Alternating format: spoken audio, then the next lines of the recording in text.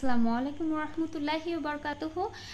This is Akhil, I'm assistant teacher of SMIA. Dear student, how are you all? I hope you all are doing well. The content of our video class is Write Well, Unit 23, page 46. So everyone open at page 46.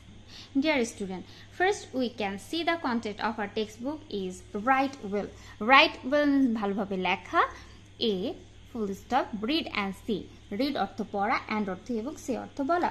Shihab lives in Dhaka. Shihab ঢাকায় থাকে. He is at home with his mother. সে তার মায়ের সাথে বাড়িতে থাকে. They are talking. তারা কথা বলছে. Suddenly it starts raining.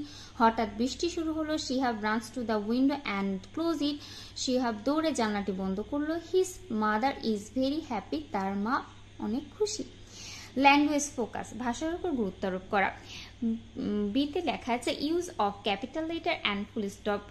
এখানে বলছে ক্যাপিটাল লেটার অর্থ হচ্ছে বড় হাতের অক্ষর বা বর্ণমালা, এবং ফুল স্টপ অর্থ পূর্ণ বিরাম চিহ্ন। ইউজ অফ মানে ব্যবহার করা, বা এখানে আমরা দেখতে পারবো যে বড় হাতের বর্ণ এবং ফুল স্টপ আমরা কোথায় ব্যবহার করব সেটা শিখতে পারবো। Sentence always start with a capital letter.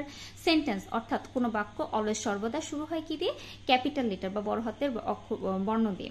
Names of people and place also start with a capital letter. মানুষের নাম এবং জায়গার বা স্থানের নামও শুরু হয় কি দিয়ে? ক্যাপিটাল লেটার বা বড় হাতের অক্ষর দিয়ে। We use the full stop to end statements. আমরা কোনো বিবৃতি বা বিবরণ বা কোনো কথার শেষে ফুল স্টপ ব্যবহার করি বা পূর্ণ বিরাম চিহ্ন ব্যবহার করি।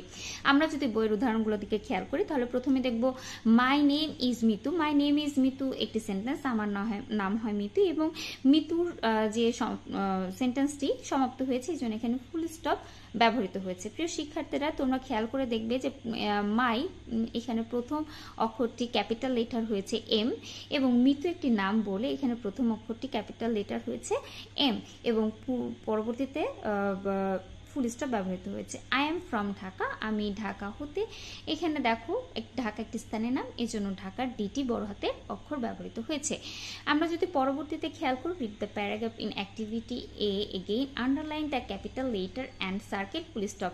এখানে বলছে যে আমরা পূর্ববর্তী যে প্যারাগ্রাফ এটি পড়েছি এটা আমাদের আবারও পুনরায় পড়তে হবে, এবং বড় হাতে অক্ষরগুলোর নিচে কি করতে হবে? আন্ডারলাইন দাগ দিতে হবে, এবং ছোট এবং ফুল স্টপ ব্যবহার করতে হবে। ফুল স্টপ যেখানে আছে সেখানে বৃত্ত ব্যবহার করতে হবে। প্রিয় শিক্ষার্থীরা, আমরা অলরেডি জানতে পেরেছি যে আমরা সেন্টেন্সের প্রথম অক্ষরটি ক্যাপিটাল লেটার লিখব, নামের প্রথম অক্ষর ক্যাপিটাল লেটার লিখব, এবং কোন স্থানের নামটি আমরা প্রথম অক্ষরটি ক্যাপিটাল লেটার লিখব। সো তোমরা সবাই বাসায় ঠিক এভাবেই এই অ্যাক্টিভিটি এটি আন্ডারলাইন অ্যান্ড সার্কেল করে নিয়ে আসবে। No more today. See you again. Allah Hafiz.